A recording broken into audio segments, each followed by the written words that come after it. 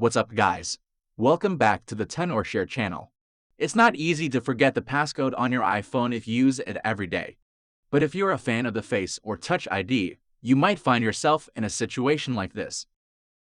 Fortunately, if your iPhone is running iOS 15.2 or later, you have logged into it with your Apple ID, and it's connected to a network. You can unlock it on the lock screen. All you have to do is keep entering the passcode until the Erase iPhone option shows up in the bottom right corner. Tap on it.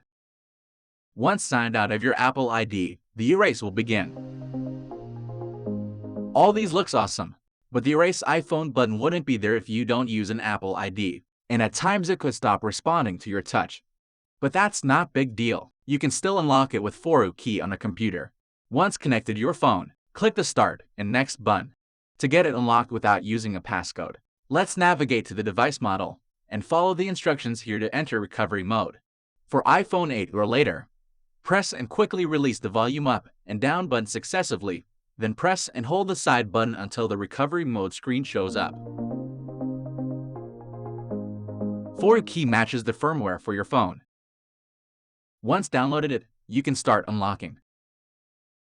The entire process takes about 10 minutes.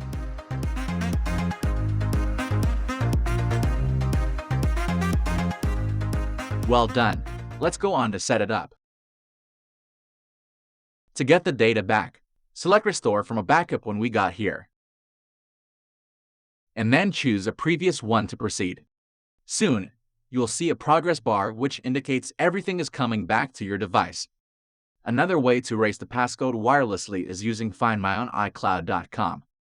Again, you'll need to make sure there's an Apple ID signed in on the locked phone. Inside the Find My section, click All Device on the top bar. Select the one you want to unlock. Then go ahead and erase it. This helps protect your data and privacy when you lost your phone.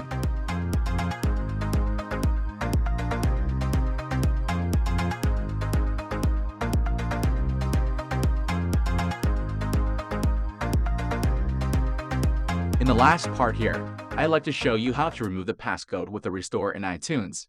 Make sure to put your phone into recovery mode first, then select the Restore option. Once got you the firmware, iTunes will start restoring.